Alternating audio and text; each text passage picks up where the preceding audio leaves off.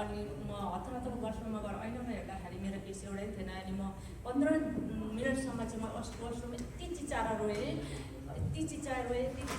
म। अनि त्यहाँबाट नानीहरू आयो, अनि नानीहरूले चाहिँ भन्दै थियो कि मम्मी तपाईँको केस गयो, म पनि काट्छु। मेरो छोराले अनि मेरो सिमसनले त्यस्तो भन्दै थियो हो। सिमसनले चाहिँ फुपूको केस झऱ्यो भने म पनि काट्छु भनेर सल्लाह माग्दै थियो। अनि मैले भने अब नखाएको, मेरो केस त झरेको तिमीहरूको त छ, ठिकै छ भनेर त्यति यो गरेँ। तपाईँहरूले प्रार्थना गरिदिनु भएकोमा मलाई धेरै धेरै धन्यवाद। यदि तपाईँहरूले मलाई प्रार्थना नगरिदिनु भएको थियो भने अथवा मेरो विश्वास कमजोरी थियो भने आज म तपाईँहरूको बिचमा यहाँ पुलपिटमा उठ्न पनि सक्दिनँ थियो होला सायद। अनि यति धेरै कमजोरी थिएँ म, दिनदिनै वेट घट्दै गएँ। अनि मेरो किमो 3टा रह्यो। डक्टरले भने त सक्दैन, अब गिभअप गरेर यो किमो नलगाएर। मेरो विश्वास छ मेरो प्रभुले मलाई जाति बनाउनुहुन्छ। आमेन, हालेलुया।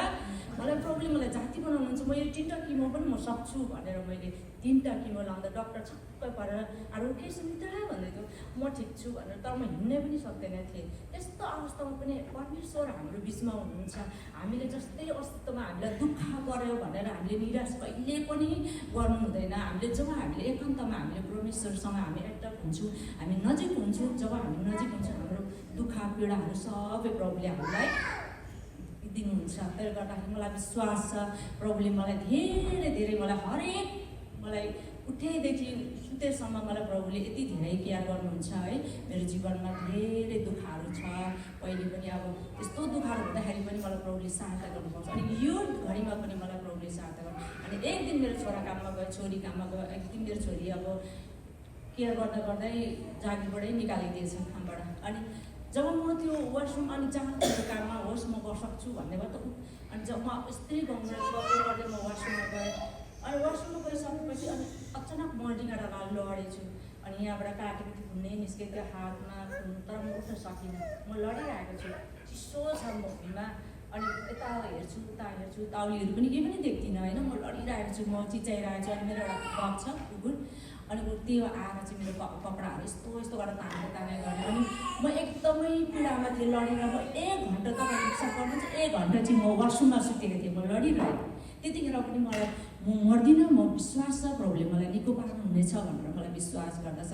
र आज आमा बुवा सबैजना हुनुहुन्छ, तपाईँहरूले मेरो लागि यति धेरै प्रार्थना गरिदिनु भयो, यति धेरै। अनि उहाँ पनि बुहारीहरू सबै भाइ बहिनीहरू दिदीहरू सबै आउनुभयो, मलाई मेरो लागि प्रार्थना गरिदिनु भयो। अनि डक्टरले चाहिँ भन्दै थियो कि अब त्यो क्यान्सर पनि अर्कै किसिमको क्यान्सर हो कि त्यो मेरो चाहिँ। अनि त्यो डिफ्रेन्ट क्यान्सर भएकोले गर्दाखेरि तँलाई चाहिँ अब सायद बाँच्दैन होला भन्ने जस्तो गरे डक्टरले। अनि तर मेरो विश्वास हामी बाँच्छौँ। म सपनामा पनि मैले एउटा दर्शन पाएको थिएँ, म यति धेरै माथि गएको थियो। अनि जब म त्यहाँ पुग्दाखेरि मलाई यस्तो हेर्दाखेरि चाहिँ फुलहरू देखेको थियो।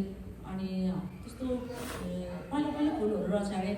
म एकदमै आत्तिरहेको थिएँ। अनि यस्तो घरबाट जाँदै थिएँ। अनि म नानीहरू मेरो छोड्यो भन्दै म यति चिचाइरहेको थिएँ। अनि एउटा बुढोले मलाई, एउटा लुग्ने मान्छेले अनि त जा भनेर यस्तो गरेर मलाई ठेलिदिँदा चाहिँ म सरर झरेर कि बिन्जिँदाखेरि चाहिँ म हस्पिटलमा छु। अनि जब यदि मलाई प्रभुले उठाउनु हुन्थ्यो होला त्यो घडीमा, सायद तपाईँहरूको मायाले गर्दाखेरि मलाई प्रभुले दिनुभयो कि यो छोरी चाहिँ तलै जाओस्। तपाईँहरूको माया, छोराछोरीको माया, सबैको मायाले गर्दाखेरि म फेरि फर्केर तपाईँहरूको बिचमा आएको छु। र तपाईँहरूलाई धेरै धेरै धन्यवाद। अनि मैले यो गीतले मैले युट्युबमा यति धेरै मैले साँच्चै भने मेरो कथाहरू लेखेको छु। अनि म जानी नजानी नेपाली लेख्दै कथाहरू, मेरो एउटा बुक चाहिँ बनिन्छ होला मेरो ती कथाहरू। बाइचान्स म मरिगयो भने मेरो छोराछोरीले हेर्छ भनेर मैले त्यतिसम्म निर्णय गरिसकेको थिएँ। अनि भिडियोहरू रेकर्ड गर्थेँ, अनि यस्तो भन्थेँ, अनि लेख्थेँ सक्यो भने लेख्थेँ। अनि त्यहाँबाट त्यस्तो घडीमा पनि म विश्वास छ कि प्रभुले मलाई जाति बनाउनुहुन्छ भनेर। अनि मैले यो गीतहरू लिएर आएको छु। यो गीत चाहिँ मैले किनभने मैले यो सम्झनाको गीत हो, जुनमा मैले मेरो बहिनीसँग गफ गरेको थिएँ, मेरो कान्छी बहिनीसँग। अनि उसले यो गीत यति धेरै मन परायो कि अनि दिदी यो गीत तैँले गान, मलाई यति धेरै मन पर्यो, मैले युट्युबमा हेरेको थिएँ, मलाई सेन्ड गरेको छु यो गीत। अनि मैले जानी नजानी गीत गाएँ। अनि मलाई यति धेरै छुएँ कि यो गीत चाहिँ मेरो जीवनभरि रहनेछ भनेर मैले चाहिँ यो प्र्याक्टिस गरेको छु। र हामी यो गीत गाउँदैछौँ।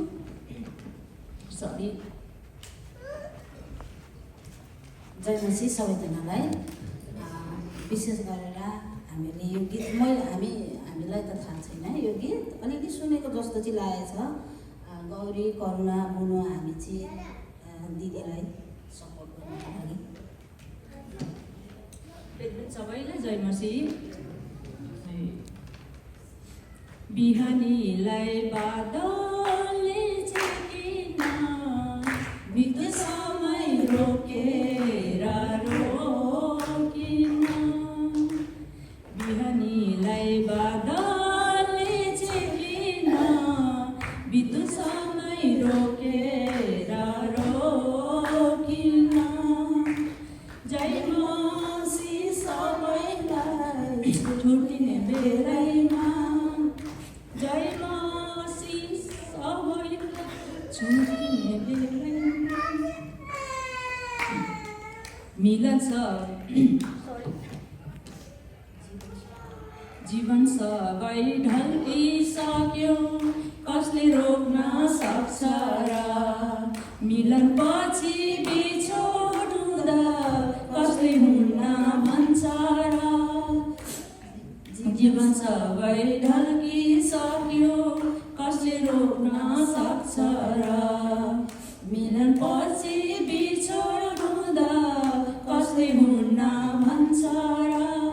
जय मसी सबैलाई छुट्टिने बेलैमा, जय मसी सबैलाई छुट्टिने बेलैमा। कसले छेक्छ हुरी बतासलाई, कसले छेक्छ समयलाई, कसले छेक्छ हुरी बतासलाई, कसले छेक्छ समयलाई। सबै शक्ति प्रभुमा छ, विश्वास गर उनीलाई। सबै शक्ति प्रभुमा छ, विश्वास गर उनीलाई। जय मसी सबैलाई छुट्टिने बेलैमा, जय मसी सबैलाई छुट्टिने बेलैमा। जय मसी सबैलाई।